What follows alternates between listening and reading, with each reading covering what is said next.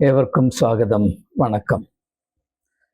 2026 ലെൻറ്റിൻ്റെ 36ാമത്തെ ചിന്താശകലത്തിലേക്ക് ഏവർക്കും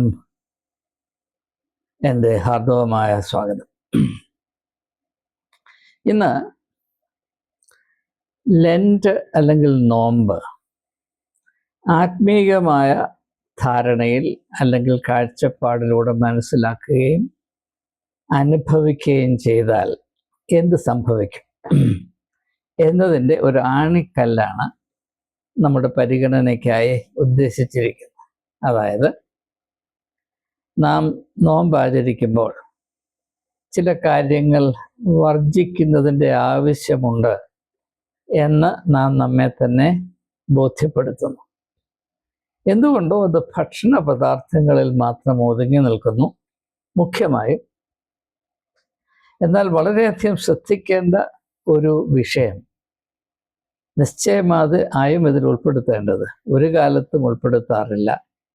അതുകൊണ്ട് നാം എപ്പോഴും മനഃപൂർവ്വം ഇതിൽ നിന്ന് മാറ്റി നിർത്തിയിരിക്കുന്ന, എന്നാൽ ഇതിൻ്റെ ആണിക്കല്ലായ ഒരു അവസ്ഥ കൂടെ, ഒരു വിശേഷം കൂടെ ഉൾപ്പെടുത്തി ഈ 2026 നോമ്പ് അറിയുകയും അനുഭവിക്കുകയും ചെയ്യുവാൻ ഇടയാകത്തക്കമാണ് ഈ വീഡിയോയുടെ ഉള്ളടക്കം വിഭാവന ചെയ്തിട്ടുള്ളത്. നോമ്പിനെ ആത്മീയമായ വെളിച്ചത്തിൽ കണ്ടാൽ നാം യഥാർത്ഥത്തിൽ വർജിക്കേണ്ടത് മത്സ്യ മാംസ ആദി കാര്യങ്ങളല്ല, പിന്നെയോ അത്ഭുതം കാണാനുള്ള നമ്മുടെ കൊതിയും ആവേശവുമാണ്. We must fast in relation to our craving for the miraculous. ഈ ഒരു ചിന്തയിലേക്ക് ഒരിക്കൽ കൂടി ഞാൻ സ്വാഗതം ചെയ്യുകയാണ്. അതിനായി ഒരുക്കിയിട്ടുള്ള നോട്ട്സിലേക്ക് നമുക്ക് ശ്രദ്ധ കേന്ദ്രീകരിച്ച് മുൻപോട്ട് പോകാം. ലോകത്തിൽ നമുക്ക് പരിചയമുള്ള എല്ലാ പാരമ്പര്യങ്ങളിലും അത്ഭുതത്തിന് എന്തുകൊണ്ടോ മുഖ്യമായ പ്രാധാന്യം കൽപ്പിച്ചിട്ടുണ്ട്. ക്രിസ്തു മതത്തിൽ മാത്രമല്ല, എല്ലാ മതങ്ങളിലും അത്ഭുതങ്ങൾ നടന്നതായി രേഖപ്പെടുത്തിയിരിക്കുന്നു. നാനാവിധമായ അത്ഭുതങ്ങൾ നടത്തുവാൻ ശേഷിയുള്ളവരാണ് ദൈവത്തിൻ്റെ പ്രതിപുരുഷന്മാരായി ഇങ്ങോട്ട് വരുന്നത്. അതുകൊണ്ട് അങ്ങനെയുള്ളവരെ നാം പ്രത്യേകം ശ്രദ്ധിക്കുകയും വിലമതിക്കുകയും അനുസരിക്കുകയും ചെയ്യണം. അങ്ങനെയാണ് മതം ജനങ്ങൾക്ക് സ്വീകാര്യമാകത്തക്കവണ്ണം, അല്ലെങ്കിൽ മതത്തിൻ്റെ അധികാരം ജനങ്ങളുടെ മേൽ സ്ഥാപിക്കുന്നതിന് വേണ്ടി എക്കാലത്തും ഉപയോഗിച്ചുകൊണ്ടിരുന്ന മുഖ്യമായ ഉപാധിയാണ് ഈ അത്ഭുതങ്ങൾ എന്നത് ചരിത്ര സത്യമാണ്. അപ്പോൾ ക്രിസ്ത്യാനികൾ വ്യക്തമായി മനസ്സിലാക്കേണ്ടത്, അത്ഭുതങ്ങൾ എന്ന് പറയുന്ന നമുക്ക് വളരെയധികം ആവേശം ജനിപ്പിക്കുന്ന ഈ ഒരു പ്രതിഭാസത്തെ ആശ്രയിച്ചാണ് നാം ക്രിസ്തു മതത്തെ മനസ്സിലാക്കുന്നതെങ്കിൽ, ക്രിസ്തു മതവും മറ്റുള്ള മതങ്ങളും തമ്മിൽ യാതൊരു വ്യത്യാസവുമില്ല. അതുകൊണ്ട് ഈ അത്ഭുതങ്ങളോടുള്ള നമ്മുടെ കൊതി അത് നല്ലതാണോ, അതിൽ ആത്മീയമായ എന്തെങ്കിലും സാധൂകരണമുണ്ടോ എന്നതിനെപ്പറ്റി വസ്തുനിഷ്ഠമായി ചിന്തിക്കുവാനുള്ളൊരു തുറന്ന മനസ്സ് ഇക്കാലത്ത് നമുക്ക് ആവശ്യമാണ്. നമുക്കറിയാം, യേശു അത്ഭുതങ്ങളെ വളരെയധികം സംശയത്തിൻ്റെ കണ്ണിൽ കൂടെയാണ് കണ്ടത്. അത്ഭുതം പ്രവർത്തിക്കുന്നതായി യേശു ഒരിക്കലും ചിന്തിച്ചിരുന്നില്ല. ജനങ്ങളുടെ ആവശ്യത്തിൻ്റെ മധ്യത്തിൽ അവരോട് തൻ്റെ ആർദ്ര കരുണയാൽ പ്രതികരിച്ചു എന്നതല്ലാതെ താൻ ഏതാണ്ട് അത്ഭുത പ്രവൃത്തി ചെയ്തു എന്ന് യേശു എവിടെയെങ്കിലും അവകാശപ്പെടുന്നതായി സുവിശേഷങ്ങളിൽ നമുക്ക് കാണുവാൻ സാധ്യമല്ല. എന്ന് മാത്രമല്ല, അങ്ങനെ അത്ഭുതങ്ങൾ എന്ന് ജനങ്ങളുടെ കണ്ണിൽ കൂടെ നോക്കിയാൽ തോന്നാവുന്ന കാര്യങ്ങളെപ്പറ്റി യേശു കർശനമായി നൽകുന്ന നിർദ്ദേശം, നോക്കൂ, നിങ്ങൾ ഇതാരോടും പറയരുത്.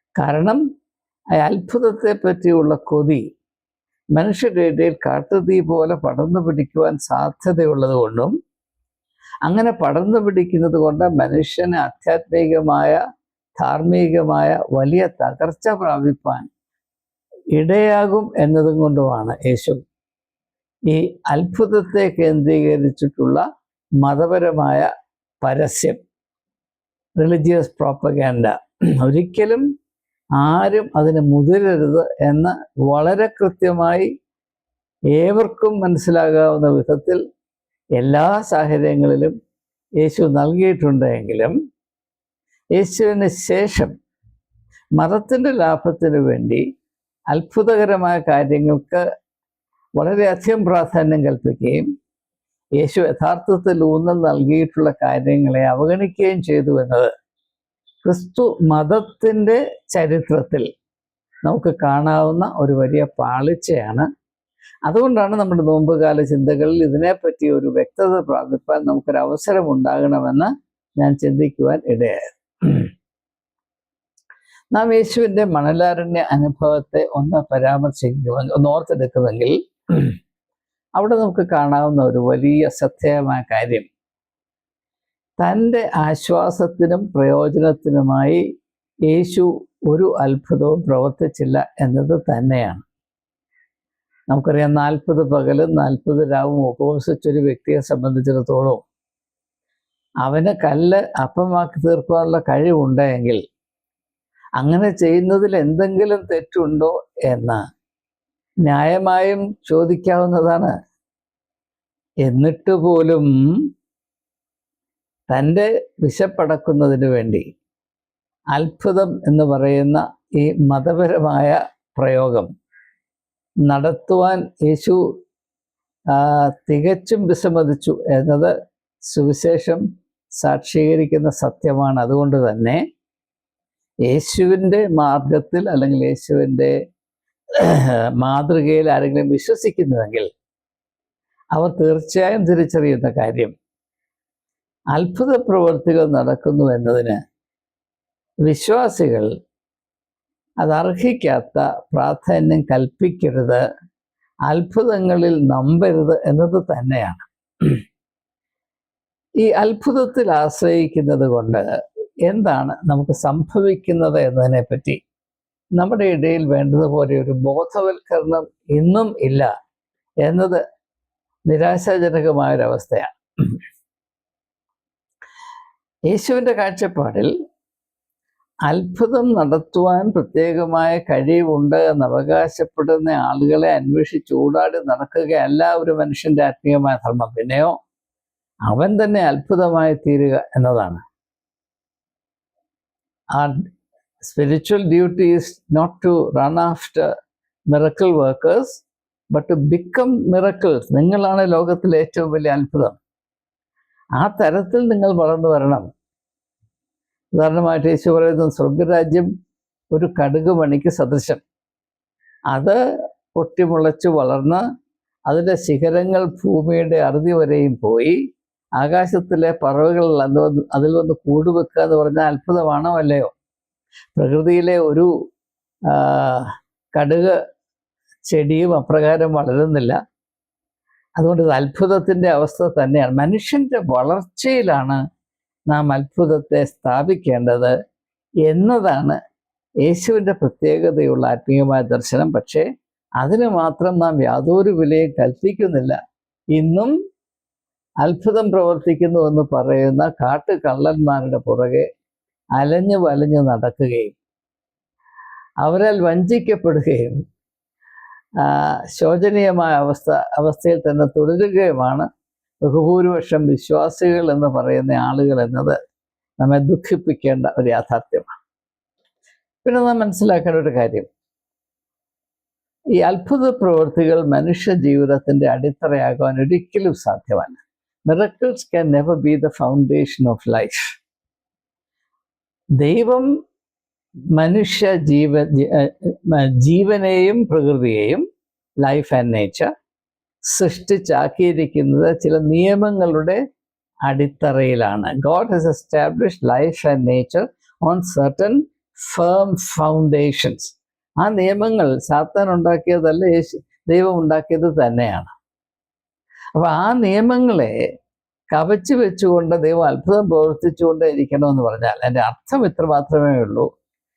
പ്രകൃതിയെയും ജീവനെയും നിലനിർത്തുന്ന മർമ്മങ്ങൾ അല്ലെങ്കിൽ നിയമങ്ങൾ ദൈവം വിഭാവന ചെയ്ത് നിയമിച്ചാക്കിയപ്പോൾ ദൈവത്തിന് വേണ്ട വിവരമില്ലായിരുന്നു. നമ്മുടെ സഹായത്തോടുകൂടെ ദൈവത്തിന് വിവരം ഉണ്ടാക്കാൻ നമ്മൾ ഉദവി ചെയ്യാം എന്നതാണ് അതിനകത്തെ അർത്ഥം. ദൈവം സൃഷ്ടിച്ച ഈ വ്യവസ്ഥിതി അത് അംഗീകരിപ്പാൻ നാം ബാധ്യസ്ഥരാണ്. അതിനെ നിയന്ത്രിക്കാനായി ദൈവം കൽപ്പിച്ചാക്കിയിരിക്കുന്ന നിയമങ്ങളെ അനുസരിച്ച് അവയോട് പൊരുത്തപ്പെട്ട് മുൻപോട്ട് പോവുകയും, എന്നാൽ അതേസമയം തന്നെ ആ പൊരുത്തപ്പെടുന്ന വിധത്തിലും തോതിലും വലിയ വലിയ മാറ്റങ്ങൾ കൊണ്ടുവരുവാൻ നമ്മുടെ വ്യക്തിപരമായ വളർച്ചയ്ക്ക് സാധിക്കുമെന്നതുകൊണ്ട് നമുക്ക് ദൈവം നൽകിയിരിക്കുന്ന ഏറ്റവും വലിയ ഉപാധി എന്ന് പറയുന്നത് നമ്മുടെ വ്യക്തിത്വത്തിൻ്റെ വളർച്ചയാണ്. അതാണ് ആത്മീയതയുടെ ലക്ഷ്യമെന്ന് ഈ കാലത്ത് പ്രത്യേകം അറിയേണ്ട, അതിന് ഊന്നൽ കൊടുത്ത് പ്രഖ്യാപിക്കേണ്ട ഒരു ആത്മീയ സത്യമാണ്. അതിനു പകരം എവിടെയെങ്കിലും അത്ഭുതം പ്രവർത്തിക്കാനുണ്ടോ, അങ്ങനെയുള്ളവരിൽ നിന്ന് എന്തെങ്കിലും ഉദവി കിട്ടുമോ, അങ്ങനെ അത്ഭുതങ്ങളെ അന്വേഷിച്ച് നടക്കുന്ന ഭിക്ഷാന്തേഹികളായി വിശ്വാസികളെന്ന് പറയുന്ന ആളുകൾ അധപ്പതിച്ചു പോകുന്നത് വളരെ വളരെ സങ്കടമാണ്. നമുക്കറിയാം, യേശു അത്ഭുതങ്ങൾ പ്രവർത്തിച്ച് ജനങ്ങളുടെ വിശ്വാസം ആർജിച്ച് അവിടെ നേതാവാകാൻ യാതൊരു വിധത്തിലും കാണിച്ചിരുന്നില്ല. യോഹന്നാന്റെ സുവിശേഷം 6-ാം അധ്യായത്തിൽ യേശു 5 അപ്പം കൊണ്ട് 5000 പേരെ പോഷിപ്പിക്കുന്ന സംഭവത്തിന്റെ പശ്ചാത്തലത്തിൽ ജനം ഇത് കണ്ട് അത്ഭുതപരതന്ത്രരായി, ഇവനെ ഞങ്ങളുടെ രാജാവായി കെട്ടിയാൽ കൊള്ളാമെന്ന് പറഞ്ഞ് ബലം പ്രയോഗിച്ച് യേശുവിനെ രാജാവാക്കാൻ ശ്രമിക്കുമ്പോൾ യേശു അവരെ ശകാരിക്കുന്നതായിട്ട് നാം കാണുന്നത്. നിങ്ങൾ എൻ്റെ പുറകെ വരുന്നത് നിങ്ങളുടെ വയറ് നിറഞ്ഞത് കൊണ്ട് മാത്രമാണ്.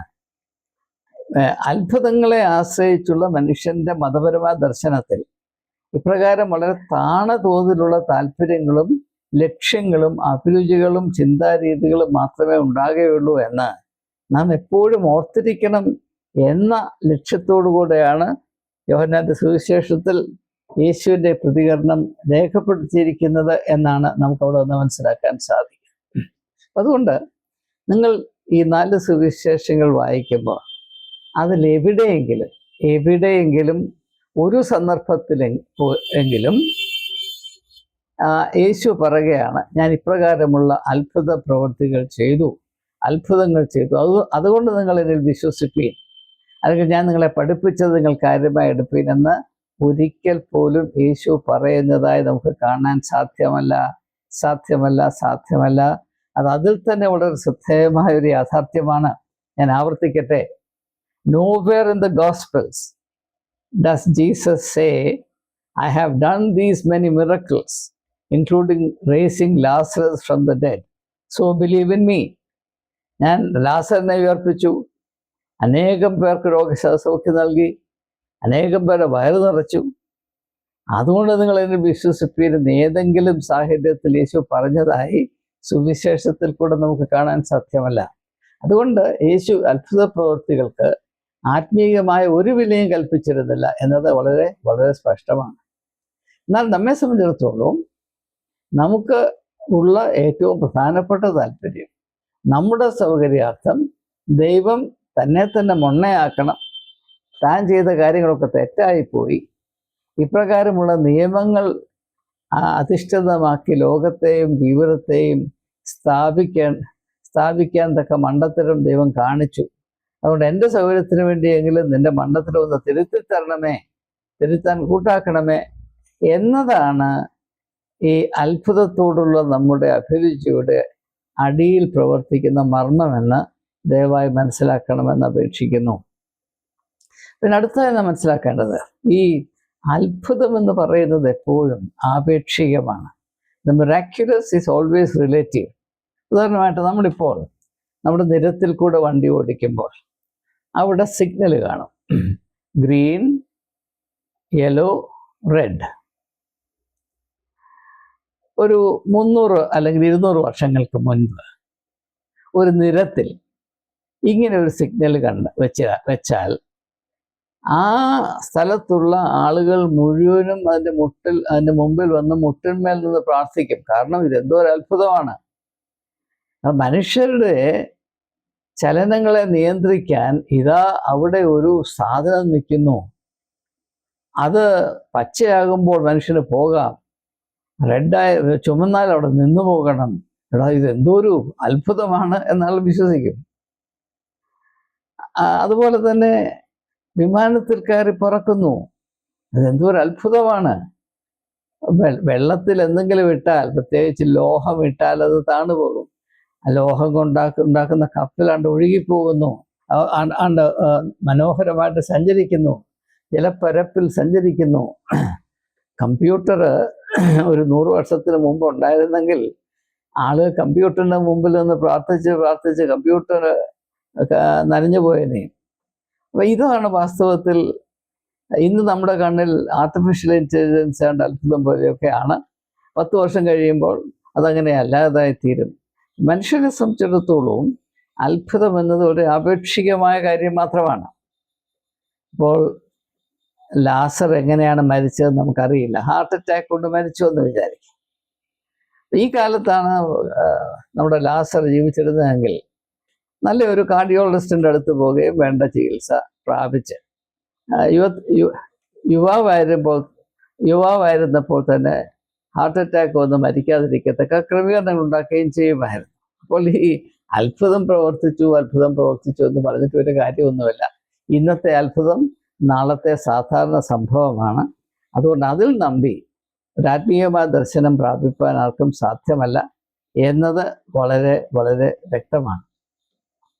അത് നമുക്കറിയാം. നമ്മുടെ കാലത്ത് അത്ഭുതങ്ങൾ പ്രവർത്തിച്ച് കോടികൾ കൊയ്തെടുത്തുന്ന ബെനിഹിൻ തൊട്ട് നമ്മുടെ എന്താ പറയുന്ന ആലപ്പുഴയിലെ കൃപാസനത്തിലെ ഔസേപ്പച്ചൻ വരെ കാണിക്കുന്ന മായാജാലങ്ങൾ ഇപ്രകാരമാണ് എന്നത് വളരെ വളരെ കൃത്യമായി മനസ്സിലാക്കാൻ സാധിക്കേണ്ടതാണ്.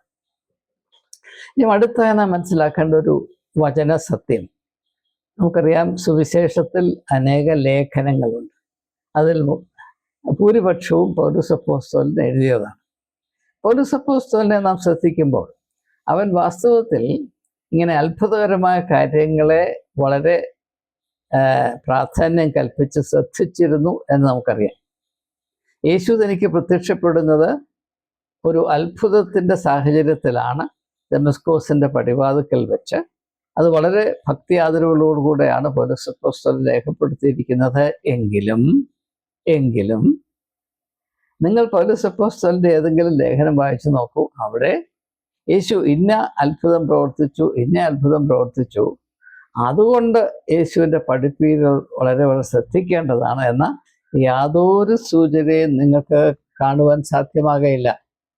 അപ്പോൾ അത്ഭുതത്തിൻ്റെ സാധ്യതയിൽ വിശ്വസിച്ചിരുന്ന, അനുഭവത്തിൻ്റെ അടിസ്ഥാനത്തിൽ വിശ്വസിച്ചിരുന്ന പൗലോസ് അപ്പോസ്തലൻ പോലും യേശു അത്ഭുതം പ്രവർത്തിച്ചു, അതുകൊണ്ട് നിങ്ങൾ അവനെ വിശ്വസിക്കണമെന്ന് പറയുന്നതായി നമുക്ക് കാണാൻ കഴിയും. നമ്മൾ ക്രിസ്തു മതത്തിൻ്റെ ചരിത്രം പഠിക്കുമ്പോൾ സെയിൻറ്റ് ബെർണാർഡ് ഓഫ് ക്ലെയർവോ എന്ന് പറയുന്ന ഒരു വലിയ മഹാനെ, ഒരു വിശുദ്ധനെ കാണാൻ സാധിക്കും. അദ്ദേഹം 1010 മുതൽ 1153 വരെ 63 വർഷങ്ങളാണ് ജീവിച്ചത്. 11-ാം നൂറ്റാണ്ടിലും 12-ാം നൂറ്റാണ്ടിലും. ഒരുപക്ഷെ ക്രിസ്തു മതത്തിൻ്റെ ചരിത്രത്തിൽ ഏറ്റവും കൂടുതൽ അത്ഭുതങ്ങൾ പ്രവർത്തിച്ച വ്യക്തിയാണ് സെയിൻറ്റ് ബെർണാർഡ് ഓഫ് ക്ലെയർവോ. അദ്ദേഹം ബധിരന്മാരെ സൗഖ്യമാക്കി,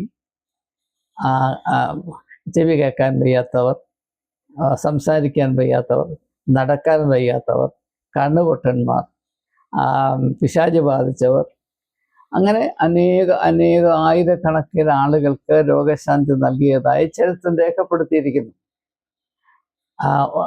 ഒരു ദിവസം അദ്ദേഹം 36 മിറക്കിൾസ് ഇങ്ങനെ അത്ഭുത പ്രവൃത്തി നടത്തിയതായി ചരിത്രം പറയുന്നു.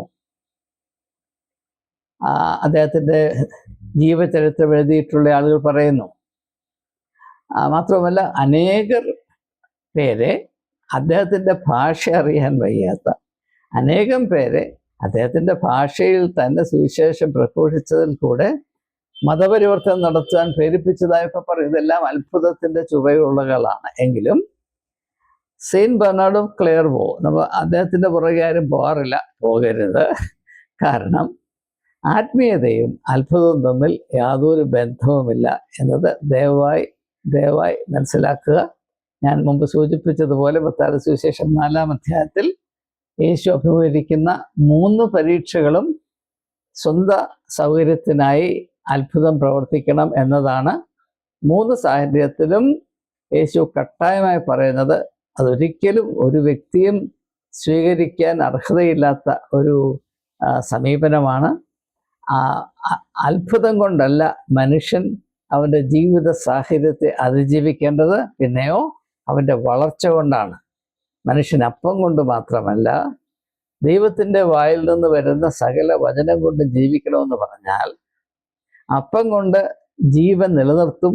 പക്ഷേ വ്യക്തിത്വത്തിൻ്റെ വളർച്ച ഉണ്ടാകണമെങ്കിൽ വചനം വേണ്ടതുപോലെ അതിൻ്റെ ആത്മാവിനും സത്യത്തിലും ഉൾക്കൊള്ളുവാൻ സാധിക്കണം.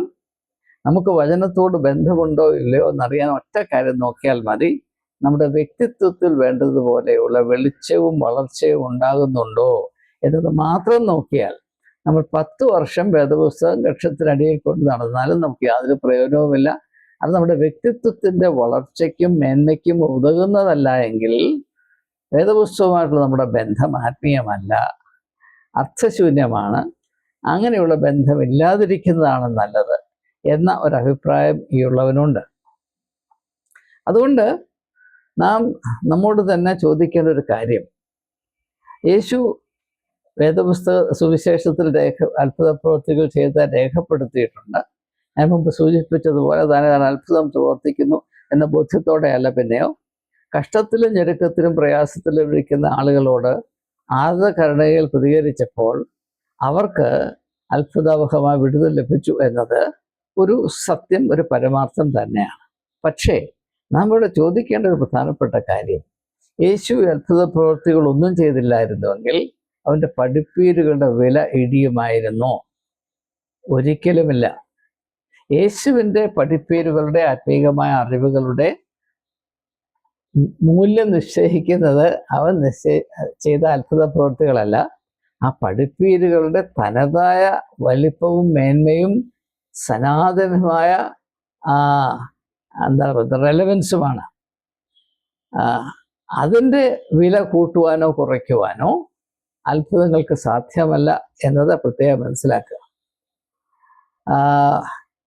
അപ്പോൾ യേശു ഉയർത്തെഴുന്നേറ്റില്ലായിരുന്നുവെങ്കിൽ പോലും യേശുവിൻ്റെ പഠിപ്പീരുകളുടെ വില അല്പം പോലും ഇടിയുമായിരുന്നില്ല എന്നതാണ് എൻ്റെ അടിയുറച്ച വിശ്വാസം. പക്ഷേ എന്തുകൊണ്ടോ നമുക്ക് ചെറുപ്പം മുതൽ ലഭിച്ച താരിപ്പനുസരിച്ച് അല്പം അത്ഭുതം കൂടെ ചേർത്തില്ല എങ്കിൽ ചുക്കില്ലാത്ത കഷായമില്ല എന്ന് പറയുന്നത് പോലെ അല്പം ഒരു മെമ്പടിക്ക് അത്ഭുതം ചേർത്തില്ല എങ്കിൽ നമുക്കൊരു സുഖമില്ല, ഒരു ഏതാണ്ട് പാചകത്തിൽ ഉപ്പിട്ടിട്ടില്ല എന്നൊരു തോന്നൽ പോലെയാണ്. ഇത് നമ്മുടെ ബലഹീനതയാണ്, ആത്മീയമായ നമ്മുടെ പാപ്പരത്വമാണ് എന്ന് മനസ്സിലാക്കാൻ ഈ കാലത്ത് ഇടയാകട്ടെ. ഇവിടെ ഞാൻ ജർമ്മൻ ഫിലോസഫറായിരുന്ന ഇമ്മാനുവൽ കാന്റ്, അദ്ദേഹത്തിൻ്റെ വിഖ്യാതമായ പുസ്തകം religion within the limits of reason alone 1795 ആണ് അത് പ്രസിദ്ധീകരിച്ചതെന്നാണ് എൻ്റെ ഓർമ്മ. ഏതായാലും അദ്ദേഹം പറയുന്ന ഒരു വലിയ ആശയമുണ്ട്. അദ്ദേഹം പറയുന്നത്, ആരൊക്കെ മതത്തിൻ്റെ മേഖലയിൽ അത്ഭുതങ്ങളെ കൂടുതലായി ആശ്രയിക്കുന്നുവോ അവർക്കാർക്കും തന്നെ അവിടെ ധാർമ്മികമായ വ്യക്തിത്വം വളർത്തിയെടുക്കുവാൻ സാധ്യമല്ല. ദ മിറാക്യുലസ് സപ്രസസ് ദി എത്തിക്കൽ. നമുക്കറിയാം, നമ്മുടെ കാലത്ത് അത്ഭുതങ്ങൾ പ്രവർത്തിക്കാൻ വിദഗ്ധരെന്ന് സ്വയം നടിച്ച് മനുഷ്യരെ കളിപ്പിച്ച് നടക്കുന്ന ആളുകളുടെ ജീവിതം, സ്വകാര്യ ജീവിതം വളരെ അധർമ്മം നിറഞ്ഞതാണ്. അതങ്ങനെ വരാൻ മാത്രമേ സാധിക്കുകയുള്ളൂ. വലിയ വലിയ അത്ഭുത പ്രവർത്തകനായിരുന്ന എൻ്റെ ഉസ്താദായിരുന്ന ബെനിഹിൻ ഇതാ കാല് പറഞ്ഞ് മൂക്ക് കുത്തി കിടക്കുന്നു. അതങ്ങനെ തന്നെ നടക്കത്തുള്ളൂ. കാരണം ഇമ്മാനുവൽ കാന്ത് പറഞ്ഞത് ശരിയാണ്. അത്ഭുതങ്ങളിൽ ആശ്രയിച്ച് മതത്തെ മനസ്സിലാക്കുന്ന വ്യക്തികൾ അവിടെ ധാർമ്മികമായ വളർച്ച 100% ഉപേക്ഷിക്കുകയും അവരുടെ വ്യക്തിത്വത്തിൻ്റെ അടിത്തറ ഇല്ലാതെ അവർ മൂക്കുകുത്തി വീണു പോവുകയും ചെയ്യുമെന്നത് നാം പ്രത്യേകം ശ്രദ്ധിക്കേണ്ട ഒരു യാഥാർത്ഥ്യമാണ്. കാരണം ഈ അത്ഭുതം പ്രവർത്തിക്കാൻ കഴിവുണ്ട് എന്ന് പറയുന്നവർ മുഴുവനും കാട്ടുകള്ളന്മാരാണ്. അവരിൽ യാതൊരു സത്യവുമില്ല.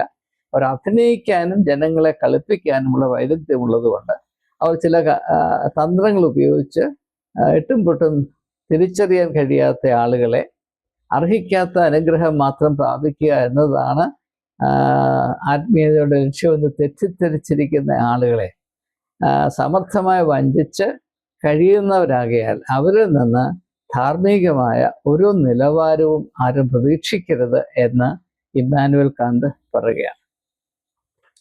ഇനി നാം ചോദിക്കേണ്ട ഒരു ചോദ്യമുണ്ട്. നമ്മുടെ കാലത്തും അത്ഭുതം പ്രവർത്തിക്കുന്ന ആളുകളുണ്ടല്ലോ. ഒരു പുതിയ സഭ ഉണ്ടാക്കണമെങ്കിൽ ഉടനെ ഒരു അത്ഭുതം പ്രവർത്തിക്കുന്ന ഒരുത്തരുണ്ടാകണം. അങ്ങനെ കേരളത്തിൽ അത്ഭുതം പ്രവർത്തിച്ചു നടക്കുന്ന വലിയ വലിയ കാട്ടുകള്ളന്മാർ ഇഷ്ടം പോലെ ഉണ്ട്. അവിടെ ഒന്നും പേര് ഞാൻ എടുത്ത് പറയുന്നില്ല. എന്നാൽ നിങ്ങൾ അവരെ ശ്രദ്ധിക്കുമ്പോൾ ഇവരിൽ ആർക്കെങ്കിലും അവരുടേതായ ഒരു സ്വന്തം തിരിച്ചറിവ്, ഒരാത്മീയമായ വെളിപ്പെടുത്തൽ നടത്തുവാൻ സാധ്യതയുണ്ടോ, കഴിവുണ്ടോ? ഞാനിവിടെ ചുവന്ന മഷിയിൽ എഴുതി വച്ചിരിക്കുന്നത്, why is it that the miracle workers of today have nothing to teach? യേശു മറ്റ് എല്ലാവരിൽ നിന്നും വ്യത്യസ്തമായി സ്വന്തം ആത്മീയ അധികാരത്തിൻ്റെ മുഖമുദ്രയിൽ അതുവരെ വെളിപ്പെട്ടു വരാത്ത കാര്യങ്ങൾ വെളിപ്പെടുത്തി ജനങ്ങളെ ഉത്ബോധിപ്പിച്ച് അവർ ലോകത്തിൻ്റെ വെളിച്ചമായി വളരത്തക്കവണ്ണം ഒരു സാഹചര്യം ഒരുക്കുമ്പോൾ, ഇന്നത്തെ അത്ഭുതം പ്രവർത്തിക്കുന്ന ആൾ ദൈവങ്ങൾക്ക് അവരുടേതായ ഒരു ആത്മീയമായ വെളിപ്പെടുത്തലും ഒരു മുറി അവരുടെ കയ്യിലില്ല. അവരതും ഇതും പറഞ്ഞ് വലിയ ശബ്ദമൊക്കെ ഉണ്ടാക്കി അമറി, പിന്നെ ടെക്നോളജിയൊക്കെ ഉപയോഗിച്ച് ആളുകളുടെ കണ്ണഞ്ചിപ്പിച്ച്, ഹിപ്നോട്ടിസം ഉപയോഗിച്ച് അവരുടെ തലച്ചോറ് മരവിപ്പിച്ച് ഇങ്ങനെ പോവുകയാണ്. ഈ ഒരു അവസ്ഥയുടെ ഭീകരത മനസ്സിലാക്കാനെങ്കിലും ഈ നോമ്പ് കാലത്ത് നാം കൂട്ടാക്കണമെന്ന് ഏവരോടും ഞാൻ അപേക്ഷിക്കുകയാണ്. ഇനി നമുക്കറിയാം, നമ്മുടെ ഇടയിൽ പ്രത്യേകിച്ച് പെന്തക്കോസ്തുകാരുടെ ഇടയിലും കരിസ്മാറ്റിക്സിൻ്റെ ഒക്കെ ഇടയിൽ അവരുടെ കയ്യിലിരിക്കുന്ന അത്ഭുതത്തിൻ്റെ മേമ്പടിയാണ് ഈ മറുഭാഷ എന്നുള്ളത്. എന്നാൽ നമ്മുടെ വിശ്വാസത്തിൻ്റെ നായകനും പൂർത്തി വരുത്തുന്നവനുമായ യേശുക്രിസ്തു ഒരിക്കലും മറുഭാഷയിൽ സംസാരിച്ചില്ല. എന്ന് മാത്രമല്ല, സാധാരണക്കാരുടെ ഭാഷയാണ് സംസാരിച്ചുകൊണ്ടിരുന്നത് എന്ന് നാം എന്തുകൊണ്ടാണ് മനസ്സിലാക്കാൻ മടിക്കുന്നത്? ആരെങ്കിലും മറുഭാഷ എന്ന് പറഞ്ഞ് മൃഗങ്ങൾ അമറുന്ന പോലെയുള്ള ശബ്ദം പുറപ്പെടുവിച്ചാൽ അവർക്ക് അതിൻ്റെ ആത്മീയമായ പ്രത്യേകതയുണ്ട് എന്ന് തെറ്റിദ്ധരിക്കത്തക്കവണ്ണം നമ്മുടെ തലച്ചോറ് കുട്ടിച്ചോറായി പോയല്ലോ എന്നതോർത്തൊരു സമൂഹമായി നമുക്ക് വിലപിക്കേണ്ട ഒരവസ്ഥയിലാണ് ഇപ്പോൾ കഴിയുന്നത്. ഇനി നാം മനസ്സിലാക്കേണ്ട ഒരു വലിയ പ്രശ്നം, നാം ഈ അത്ഭുതങ്ങളെ മാത്രം അന്വേഷിച്ചും കൊതിച്ചും നടക്കുമ്പോൾ നാം ചെയ്യുന്നത് എന്താണെന്ന് ചോദിച്ചാൽ, ദൈവത്തെ നമ്മുടെ ഇംഗിതത്തിനനുസരിച്ച് വളച്ചൊടിക്കാനുള്ള മനസാക്ഷിയിലാണ് നാം ഇപ്രകാരം ഓടി നടക്കുന്നത്. ഇത് മനസ്സിലാക്കാൻ യേശു അഭിമുഖീകരിച്ച രണ്ടാമത്തെ പരീക്ഷ ഒന്ന് പരിഗണിച്ചാൽ മതി. സാത്താൻ യേശുവിനെ യെരൂശലേം ദേവാലയത്തിന് മുകളിൽ കൊണ്ട് നിർത്തിയിട്ട് നീ താഴോട്ട് ചാട്, നിന്റെ കാല് കല്ലിൽ തട്ടാതിരിക്കത്തക്കോണം സൂക്ഷിച്ചുകൊള്ളാൻ ദൈവം മാലാഖമാരെയൊക്കെ ഏർപ്പെടുത്തുമെന്നൊക്കെ പറയും. അപ്പം സാത്താൻ പറഞ്ഞതുപോലെ യേശു ചാടിയിരുന്നെങ്കിൽ അവിടെ ഇത് കണ്ടുകൊണ്ടിരിക്കുന്ന ആളുകൾ വലിയ കരഘോഷം ഉയർത്തുകയും യേശുവിനെ കൊണ്ട് വീണ്ടും ചാടിപ്പിക്കുകയും അങ്ങനെ യേശുവിൻ്റെ ദൗത്യം മരിക്കുന്നത് വരെ യെരൂശലേം ദേവാലയത്തിൻ്റെ മുകളിൽ കയറുക, ചാടുക, വീണ്ടും മുകളിൽ കയറുക, ചാടുക, അങ്ങനെ ദേവാലയത്തിൻ്റെ മുകളിൽ കയറുകയും ചാടുകയും ചെയ്യുന്ന ഒരു ഒന്നാന്തരം കുരങ്ങായി യേശു അധപ്പതിച്ചു പോയതിനെ ഇത് ദയവായി മനസ്സിലാക്കുക. ഇതല്ല ആത്മീയത എന്ന് പറയുന്നത്. അപ്പൊ ദൈവത്തെ മനുഷ്യന്റെ വളരെ സങ്കുചിതമായ താല്പര്യങ്ങളുടെ അടിമയാക്കാനുള്ള ആ താല്പര്യത്തിലാണ് മനുഷ്യൻ അത്ഭുതങ്ങൾക്ക് ഇത്രമാത്രം പ്രാധാന്യം കൊടുക്കുന്നത്. ഞാൻ ആദ്യം സൂചിപ്പിച്ചതുപോലെ അത്ഭുതം കാണുക എന്നുള്ളതല്ല, നാം ഓരോരുത്തരും അത്ഭുതങ്ങളായി തീരത്തക്കവണ്ണം ആത്മീയമായി വളർച്ച പ്രാപിക്കുക എന്നത് മാത്രമാണ് ആത്മീയതയുടെ ലക്ഷ്യമെന്ന് വ്യക്തമായി മനസ്സിലാക്കാൻ നമുക്കിടയാകട്ടെ. എത്ര അത്ഭുതങ്ങൾ നടന്നതായി നാം കണ്ടാലും അതിനൊന്നും തന്നെ നമ്മുടെ സ്വഭാവത്തെ അല്പം പോലും സ്വാധീനിക്കുവാനോ മാറ്റം വരുത്തുവാനോ സാധ്യമല്ല. Even if you see 1,000 miracles, your nature will remain unchanged. യേശുവിൻ്റെ ദൗത്യം എന്താണ്? മനുഷ്യ സ്വഭാവത്തിൻ്റെ ഉള്ളിൽ വിടുതലുണ്ടാകുക, ട്രാൻസ്ഫോം ഹ്യൂമൻ നേച്ചർ. ഇത് രണ്ടും രണ്ട് ദിശയിലേക്ക് ഓടുന്ന കുതിരകളാണ്. So there is no suggestion anywhere in Jesus' teachings that the miracles he performed authenticated the teachings that he gave to the people. താൻ അത്ഭുതം പ്രവർത്തിച്ചത് കൊണ്ട് താൻ പറഞ്ഞ കാര്യങ്ങൾ ആരെങ്കിലും വിശ്വസിക്കണമെന്ന് ഒരിക്കൽ പോലും യേശു പറയുന്നതായി സുവിശേഷങ്ങളിൽ നാം കാണുന്നില്ല. യേശു പറഞ്ഞില്ല, നോക്കൂ ഞാൻ ഇന്ന അത്ഭുതം ഇന്ന സ്ഥലത്ത് ചെയ്തിട്ടുണ്ട്, അതുകൊണ്ട് ഞാൻ പറയുന്നതിന് നിങ്ങൾ ചെവി തരണം. Jesus never said, "Lo, I have done this great miracle, so believe in me." He clearly indicated that the miraculous is something that no one should rely on.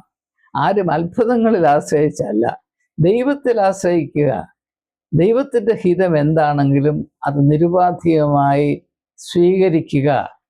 നമ്മുടെ അത്ഭുതത്തോടുള്ള താല്പര്യം കൊണ്ട് ദൈവത്തെ നമ്മുടെ താല്പര്യമനുസരിച്ച് പ്രവർത്തിക്കുന്ന ഒരു സുപ്പീരിയർ കുരങ്ങായിട്ടാണ് നാം മനസ്സിലാക്കിയിരിക്കുന്നത്. അപ്രകാരം മാത്രമാണ് നമുക്ക് താല്പര്യമുള്ളത് എന്നത് നികൃഷ്ടമായൊരവസ്ഥയാണെന്ന് തിരിച്ചറിയുവാൻ ഈ കാലത്ത് ഇടയാകട്ടെ.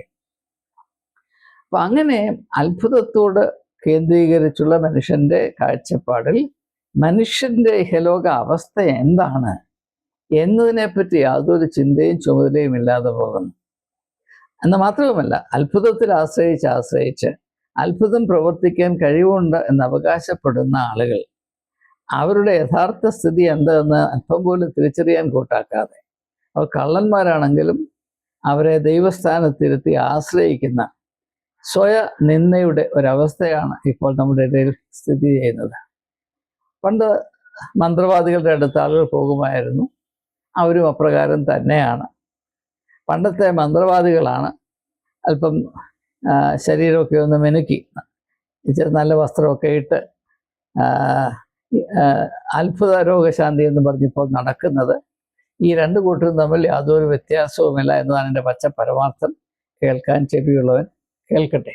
അപ്പോൾ ഇങ്ങനെയുള്ള നികൃഷ്ടമായ അവസ്ഥ, യാഥാർത്ഥ്യങ്ങൾ നമ്മുടെ മധ്യത്തിൽ നിലനിൽക്കുമ്പോൾ ഈ നോമ്പിൽ കൂടെ നാം തിരിച്ചറിയേണ്ട ഒരു ഉത്തമമായ കടമ എന്നത് നാം ഉപവസിക്കുന്നത് ചില ആഹാര പദാർത്ഥങ്ങൾ വർജിച്ച് മാത്രമല്ല, മനുഷ്യൻ്റെ വ്യക്തിത്വത്തെയും അവൻ്റെ ആത്മീയമായ ബോധത്തെയും ഏറ്റവും അധികം അട്ടിമറിക്കുന്ന, അതിലേറ്റവും കൂടുതൽ മാലിന്യം ചാർത്തുന്ന ഈ അത്ഭുതങ്ങളോടുള്ള അവൻ്റെ ദാഹം, വാഞ്ച, അതിനോട് ഉപവാസം അനുഷ്ഠിക്കുക. Fast in relation to a craving for the miraculous. ആരുടെയെങ്കിലും ദൈവങ്ങളുടെ അത്ഭുതം കൊണ്ടല്ല നമുക്ക് ഈ ലോകത്തിൽ ജീവിക്കേണ്ടത്.